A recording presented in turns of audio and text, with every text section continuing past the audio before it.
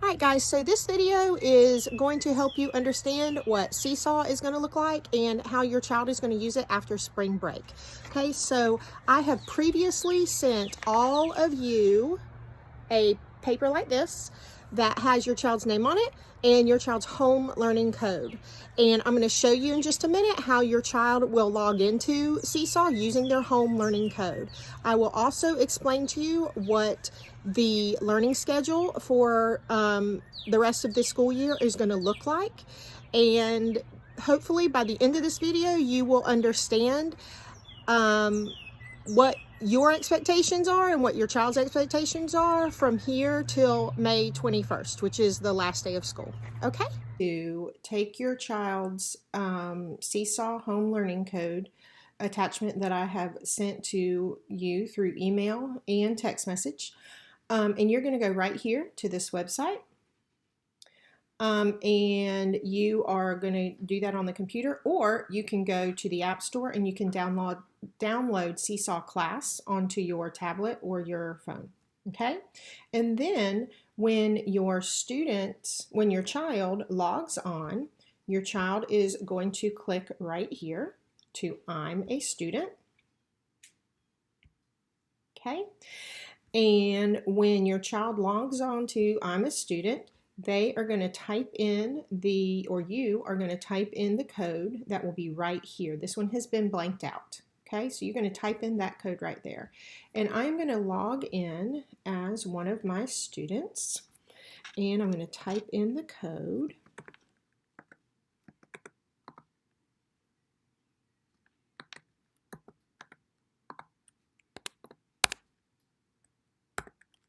Okay. And once you have done that, it will bring you up to your student's page. And this is what it'll look like when your child logs in to his or her Seesaw. And you will see right here, Crumbly's Firsties, that's the name of our Seesaw class. And you will be able to view the Journal tab, the Activities tab, and the Inbox tab.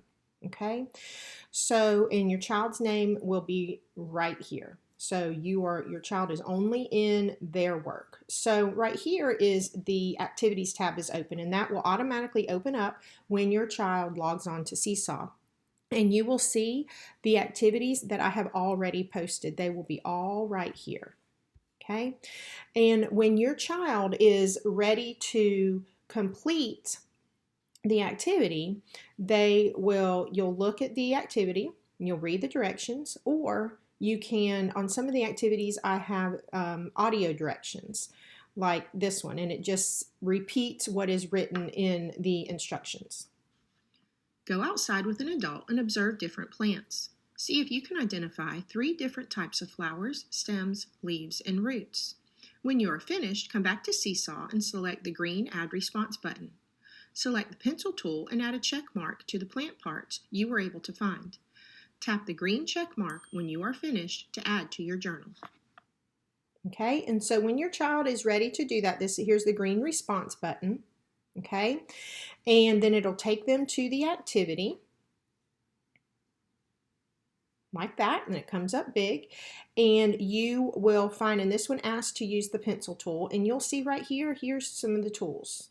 Okay, there's the eraser, there's a marker, there's a highlighter, there's a pen, and a pencil. And so you can use the pencil tool, and once you've done that, you just take it and make a check like that. Okay, and when you're done, then your child will click the green check, and it will go into his or her journal, and it says waiting for teacher approval, and then Miss Crumbly will get a notification saying that the child has submitted an assignment and it's waiting approval. Okay, so I'm going to go back and fix this for Cadence so that when she goes back into her Seesaw page that she'll be able to go back and complete this activity. Okay, so and you'll see that it went over here to journal, because once I clicked on the green check mark, it went into her journal, and so her journal shows all of the things that she has already done and submitted. So Cadence has done the Val Team Sort, and she submitted that a few days ago, and then it shows the activity that I just submitted. Okay, and then again, the activities page tab shows the activities to do, and then the inbox tab shows messages from the teachers that are part of this classroom. Now, of course, I'm in this classroom. Miss Nelson right here is also part of this classroom, and Miss Lauver is part of this classroom, as well as Miss Renee. And so anytime we are to post any messages to the class, any announcements, we'll put them right here. And then notifications right there just says like that. Okay, tells what the teachers did. Like in Cadence's 2 days ago, Miss Lauver and Miss Nelson liked her work, and 2 days ago I updated her work. Okay, so that's what it'll look like, and so that's what your child sees on their end of Seesaw. After spring break, these activities that I have already posted into your student's journal will be deleted or archived, so that I can start posting the new lessons and activities your child will be responsible for the rest of the school year. Okay, and each day they will have some new activities. And I am now going to explain to you how our school day will look now that we will be doing all the learning from home. Okay?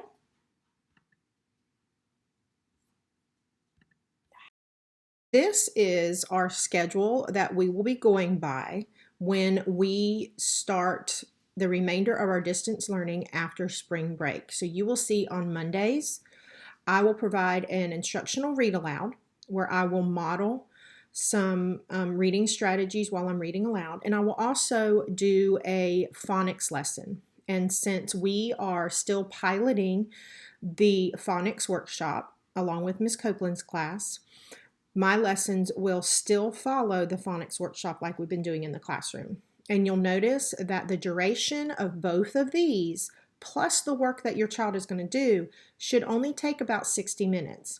So I'll have a video that for the read aloud that'll be up to 15 minutes. It might be a little bit shorter for the read aloud. And then I'll have another short video to model the phonics lesson.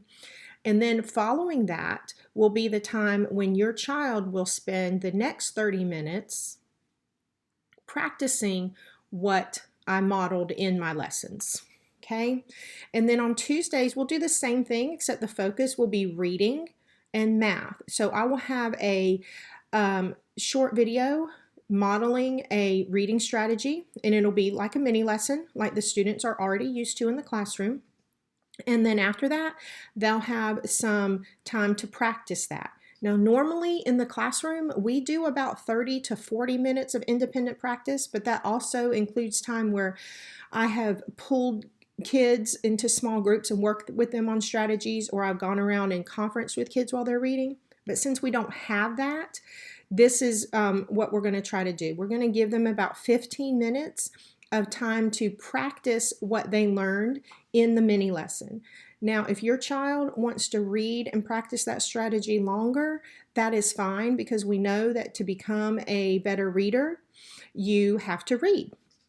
Okay, but they do need to have some time practicing the strategy that was taught in the mini lesson. And then the same thing is true for the math lesson. So it might be myself or Miss Lauver doing the math video, teaching the skill or the concept and modeling the work that is expected. And then your child will be expected to do about 15 minutes of practice on that strategy as well.